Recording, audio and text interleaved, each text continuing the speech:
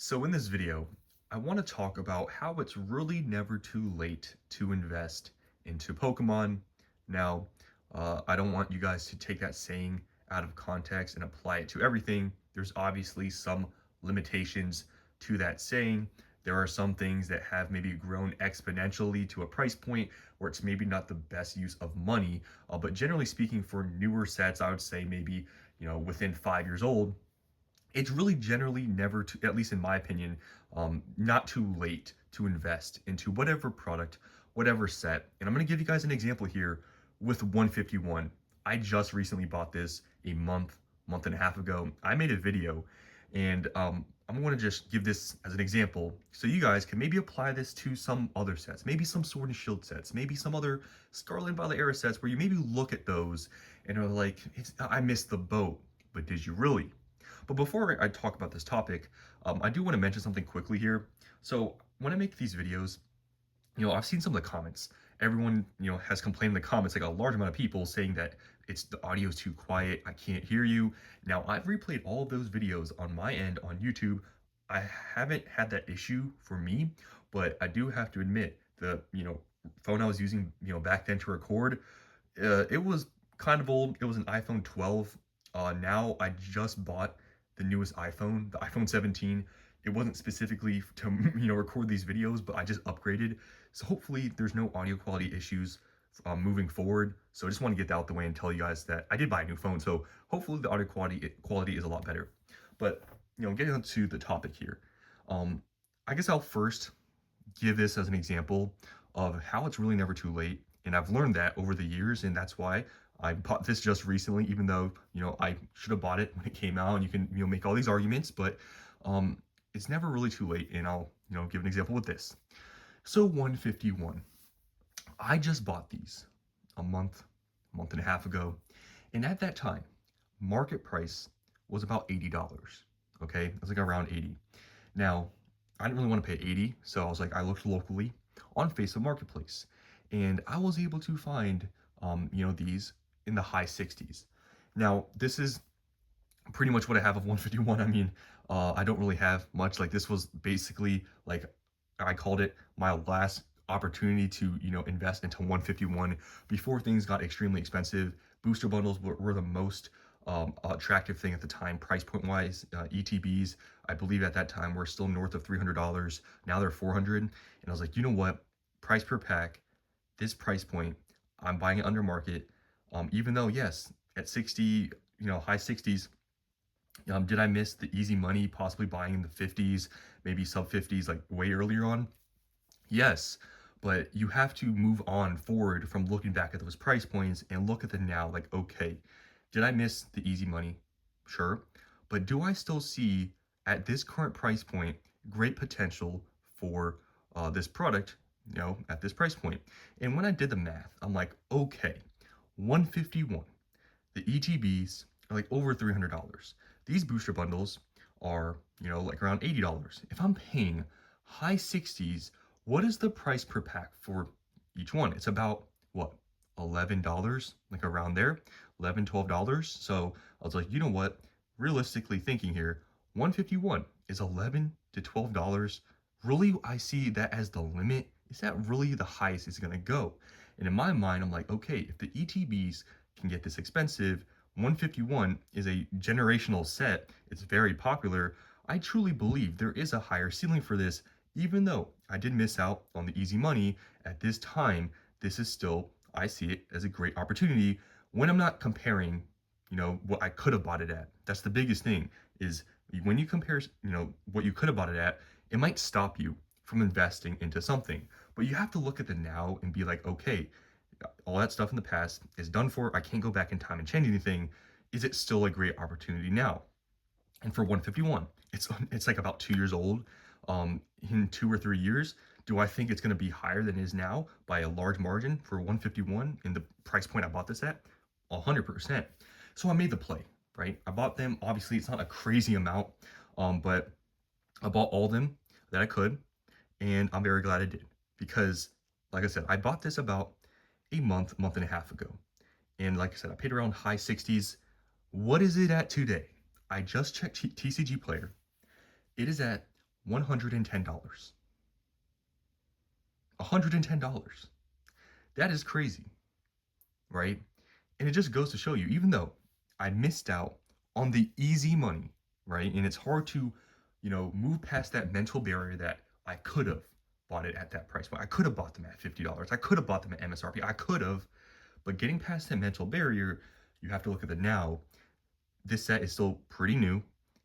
Do I see a higher ceiling? It had $11, $12 per pack for a booster bundle, and looking at other sets that perform extremely well, like Paldean Fates, the booster bundles, and all these other ones, I thought it was still a great opportunity. And taking all that history stuff aside that I could have bought at a cheaper price point, I took action. And like I said, I mean, high 60s to $110 in a month and a half. And also considering I knew 151 was going out of print early next year, I just said, whatever. I missed on the easy money, but I'll buy now. And luckily I did, because if I, had the mental barrier put in place that I could have bought it when it was cheaper, then I would have never bought it and I would have missed out on whatever percentage gain that is. So that is my, I guess, biggest example of it's really never too late to invest into anything, because 151, I could have bought it at a cheaper price point. It was, at the time, like, even though I was buying under market, it still was more expensive than I could have bought, months ago, but I still took action. Now, I want you guys to use this sort of example, right? And apply it to maybe like Prismatic Evolutions. I know I always talk about Prismatic, but people could have bought Prismatic Evolutions Elite Trainer boxes at $80 to $90 locally when they were doing these massive reprints throughout the summer. And I showed you guys I was buying them. Now, for people that are maybe just entering Pokemon now, people that are maybe just starting to realize I should be investing to Prismatic. I missed out on all those large amounts of restock, reprints, and I missed out. Is it still worth buying right now? Is it still worth buying a Prismatic ETB about $130 to $140? That's where the market price is. It's the same thing. You got to apply the same sort of concept that I applied here with 151 to Prismatic Evolutions. Now, Prismatic is a newer set. It's a little bit over a year newer than 151, so you can still argue, oh, it's still new and stuff, but think about the long term and how new of a set of Prismatic is, and the potential upside that we can see with Prismatic Evolutions, maybe based on, like, for example, 151 or Paldean Fates. When you apply those other sets and you look at, okay, there's like, that's where it could be, is really buying at today's price Prismatic Evolutions, where the set's not even a year old at, is it really too late to buy Prismatic Evolutions? In my opinion, no. Even though, yes, you could have bought it $89, but now you have to pay $130, $140. Are you really going to use that past knowledge, that past price point that I could have, to dictate what you do now? That is the big difference between some people. Some people can't get over that mental barrier that, man, I could have bought it for so much cheaper, so I'm not going to buy it anymore. Well, the people, at least in this market and how it's been, that can get over that mental barrier, they tend to perform better. I mean, look at this. This is a perfect example. This 151 that I bought it, yes, at the tail end, I should have bought it earlier, but at the end of the day, I'm like, you know what? It doesn't matter, because I can't go back in a time machine and, go back and buy it when it was cheaper. I have to act now, and based on what I saw in the potential, the set is still pretty new, and the price point per pack, it still made sense to buy, and I'm very glad I did so. And you don't even just have to only apply this to Prismatic. You can apply this to Sword and Shield. For example, Lost Origin, Fusion Strike, Chilling Reign, Silver Tempest, any of those sets, any of those booster boxes. When you look at them, some of them are $500, $600. Some of them are near 1,000. Some of them are 1,000, right? If you're just entering this space, you might think, I missed out on Sword and Shield. It's not worth buying these at $500, $600. It's too expensive. I missed out on the easy money where I could have bought them for $150, $200 a few years ago. But here's the thing. I've talked about this. I kind of see right now Sword and Shield booster boxes and their price point, it heavily reminds me of Sun and Moon boxes. When Sun and Moon booster boxes a couple years ago, a lot of them were in the mid to high hundreds, just like how Sword and Shield is now. Cosmic Eclipse, $900. Unbroken Bonds, like $600, $700. Unified Minds are on the same price point. And I thought back then, a couple of years ago, I missed out on the easy money. I'm just going to buy Sword and Shield. Now, was that a bad decision at the end of the day? No, it wasn't, right? Because I was buying Sword and Shield booster boxes, like Lost Origin, Silver Tempest, anywhere from like $120 to $200. So it wasn't a bad decision. But what I'm trying to get at here is it is really never too late to invest into these sets.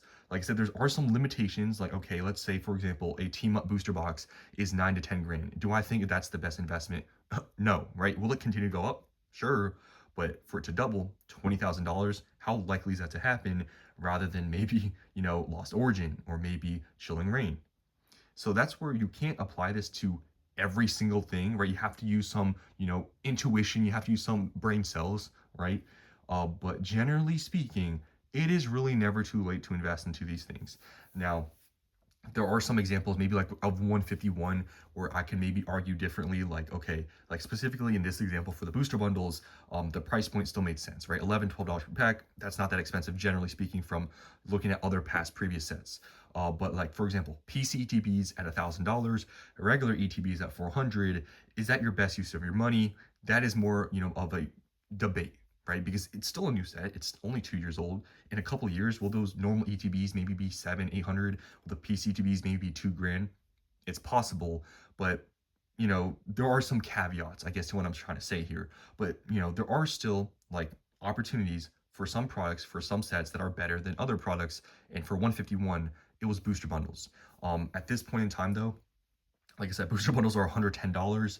I don't know how much Blooming Waters collection boxes are, but it seems like that saying for at least 151, it still applies because you still have to think about it this way. Okay, at $110, the price per pack for that is what?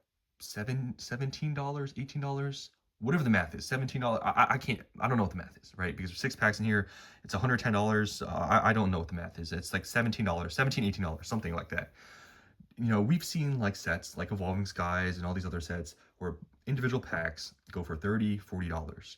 Looking at 151, it's only 2 years old. When it goes out of print, will the price per pack of $17, $18 be the cap? Probably not. It's going to keep going up. So with that logic, you can, say that it's still an okay buy. But, obviously a little bit, going back, what I paid for, it was a little bit more obvious, but you can still apply that logic and think about it realistically. The set is only 2 years old. Where will it be in 2 to 3 years? So hopefully you guys learn a little bit something here. The main point I want to get in this video is don't look back at past prices because you can't change anything, and it really should not affect your investing decisions today, because all that matters is today. Whatever happened in the past, whatever you could have bought it at, doesn't matter, because like I said, you can't go back in time. So the only thing you can look at is today and the future and see if there's still good potential at this price point. And if you compare it to other sets and other things that have performed, is buying it right now doesn't make sense to buy, because like I said, there's examples where this thing doesn't really work. Like I said, team up booster box, is it really that great of investment? 9, 10 grand? Probably not. But Sword and Shield, 500 to 1,000. Looking at Sun and Moon, a lot of them are $2, $3, $4,000. Looking at Sword and Shield, some of these sets have great, popular chase cards like Lost Origin with the Giratina. $900 is not extremely expensive when you realistically think about it, and don't look back and be like, I could have bought this for $400. It's something that I kind of had to learn over time. And that's why, for example, with 151, I just had to ignore that. Yeah, I missed out on the easy money, but I still think it's a great opportunity. So that's all I want to talk about in this video. Hope you guys enjoyed, and I'll see you on the next one.